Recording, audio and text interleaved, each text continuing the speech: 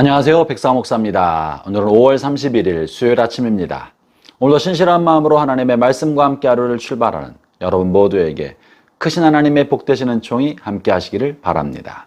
오늘 아침 이른 시간에 북한이 우주 발사체를 쏘아 올리면서 전국에 대피령이 떨어지면서 잠깐 해프닝 같은 소동이 있었습니다.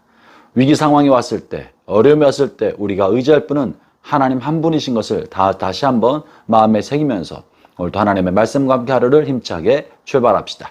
오늘 하나님의 말씀은 로마서 3장 1절부터 20절까지의 말씀인데요.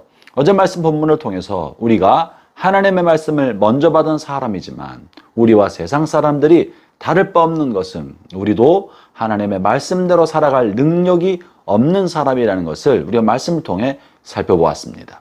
우리도 부족하면서 다른 사람을 정죄하고 판단하는 것이 마땅하지 않다 하는 것을 보았죠. 오늘 본문에서 계속해서 이렇게 우리나 세상 사람이나 하나님의 말씀을 실천할, 율법을 실천할 만한 능력이 없다는 이야기를 계속하고 있는데요.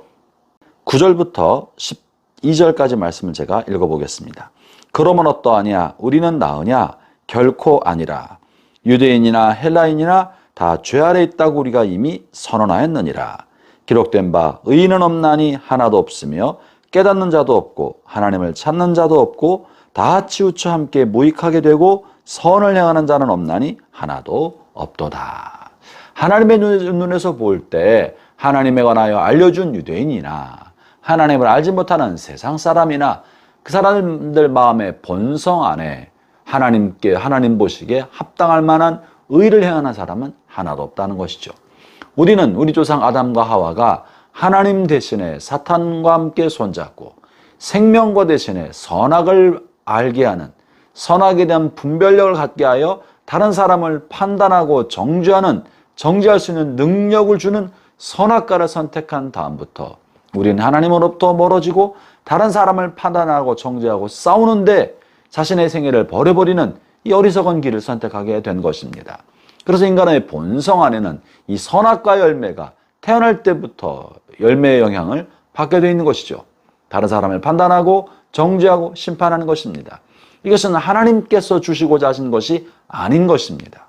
이것은 선악과의 영향력이고 이로 인하여 우리는 무엇이 옳고 그른지는 알지만 행할 수 있는 능력, 선악과의 영향력은 받지 못한, 능력은 없으나 판단만 할 줄 아는 그런 연약한 존재가 되어버리고 만 것입니다. 그러므로 우리가 하나님의 말씀을 받고 복음을 알았다 할지라도 우리는 그 하나님의 의를 온전히 이룰 만한 그런 능력이 없는 사람들인 것이죠. 그럼 우리는 어떻게 해야 합니까? 그리고 하나님 먼저 우리에게 복음을 주시고 하나님의 말씀을 주신 뜻과 내용은 무엇입니까? 오늘 본문 20절에서 이렇게 말씀하고 계시는데요. 19절부터 읽어보죠. 우리가 알거니와 무릇 율법에 말하는 바는 율법 아래 있는 자들에게 말하는 것이니 이는 모든 입을 막고 온 세상으로 하나님의 심판 아래 있게 하려 함이라. 그러므로 율법의 행위로 그 앞에 의롭다 하심을 얻을 육체가 없나니 율법으로는 죄를 깨달음이라. 이 본문의 율법은 구약의 모세오경을 말하는 것이지만 오늘날 우리 그리스도인들이 이 말씀을 읽을 때는 내가 받은 복음이라고 해석해도 틀리지 않습니다. 하나님 우리에게 복음을 주신 것은 우리로 하여금 우리 자신이 얼마나 큰 죄인인지를 깨닫게 하기 위함인 것입니다. 우리의 선한 행위나 우리의 의로움이나 신앙의 열심으로 우리가 하나님 앞에 의롭다함을 얻고 구원을 받을 수 있도록 구원받도록 하라는 것이 아니라 우리가 얼마나 죄인인 줄을 깨닫고 나의 의로운 행위와 선한 행위로는 하나님을 결코 만족시킬 수 없으며 우리는 본성 깊은 데로부터 죄가 가득한 죄인인 줄을 발견하게 하라는 것입니다. 그러므로 우리가 하나님의 말씀 읽고 복음을 대하고 복음을 묵상할 때마다 내가 하나님 앞에 죄인입니다. 이 복음의 말씀과 하나님의 율법의 말씀은 나 자신을 살피게 하기 위함인 것이죠.